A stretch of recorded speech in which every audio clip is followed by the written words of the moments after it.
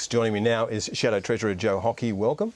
Good to be here, Chris. There are real cuts in this budget. I noticed $5.5 billion from Defence. The Treasurer now admits that's the case. So you were looking for real cuts and there's a pretty big chunk. Well, there are some cuts, but if it's a budget of true Labor values, then it properly reflects the fact that the budget doesn't tell the truth. There are a range of areas where the government has gone soft. There are other areas where the government's just serving on higher revenues. So you would go much harder? Well, if you're serious about a surplus, Chris, you have to go harder. The government's not serious. So how much harder would you go? Well, that's up to the circumstances at the time, but this government is relying on a $39 billion increase in revenue this year. $39 billion, $34 billion of extra tax this year. And they're claiming it's a tough budget?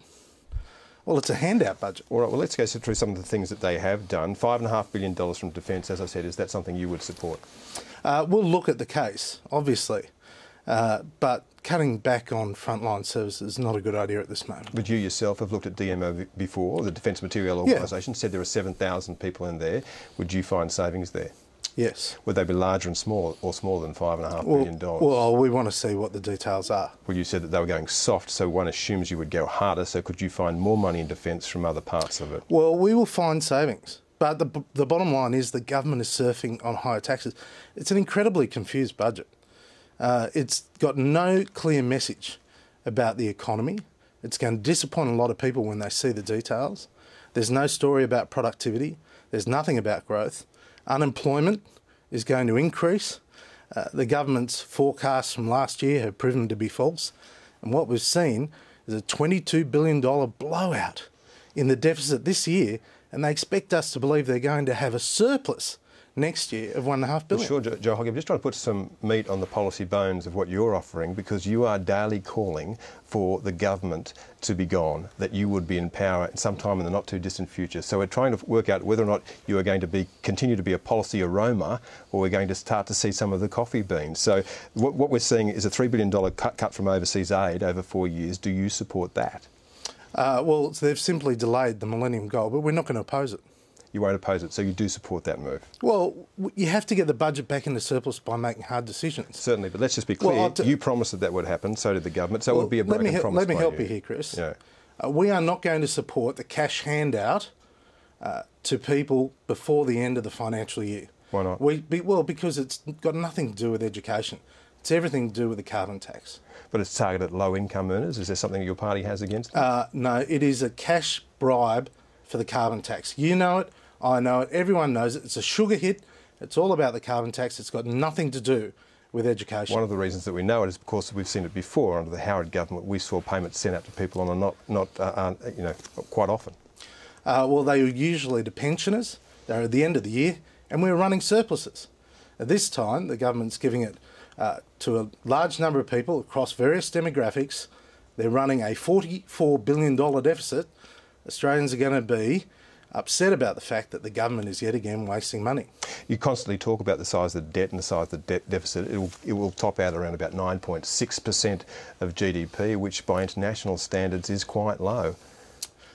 Well, you know why this is an untruthful budget? The government's claiming to get back to surplus, and yet the debt is continuing to grow. They're going to come back to the Parliament and ask to increase the credit card limit to $300 billion from the current $250. Now, if you're running real surpluses, you wouldn't be increasing the credit card limit.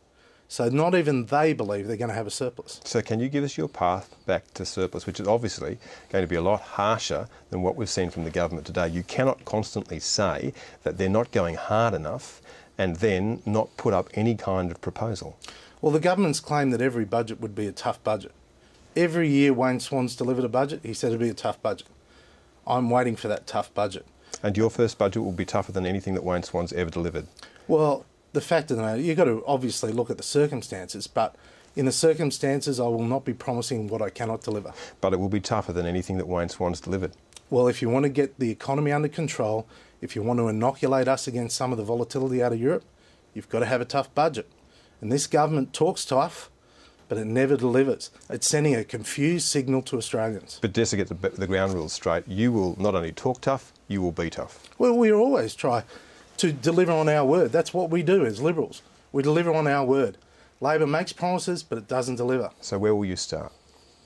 Well, the fact is, as I've said before, and interestingly, there's still 20,000 more public servants in Canberra today than what Labor inherited in 2007. So you cut 20,000 jobs from the public service? We have said we'll have to cut the size of the public service. Because So I of think that it magnitude? is. Sorry, if I can just finish. It is unfair to ask Australians to cut back on their budgets when the federal government's not cutting back on theirs. And they've got a surge of tax revenue. He talks about what he might have had in a distant Disneyland world.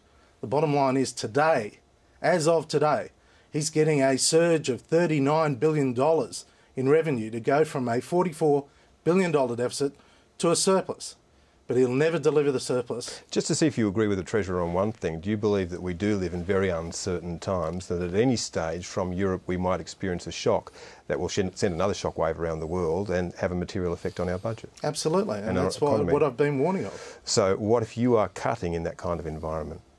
Well, you've obviously got to take into account the circumstances. And will you take those into account? Yes, of course. So you can't really say what kind of budget your first budget will be? Well, look, Chris, we can play these semantics. The bottom line is I want the government to tell the truth in the budget, and it's not. Sure, but you constantly keep saying that about the government, but we could have an election by your own measure by the end of this year, isn't that true? Well, let's hope so. And if that's the case, shouldn't we be seeing by now something more from you than just wait and see?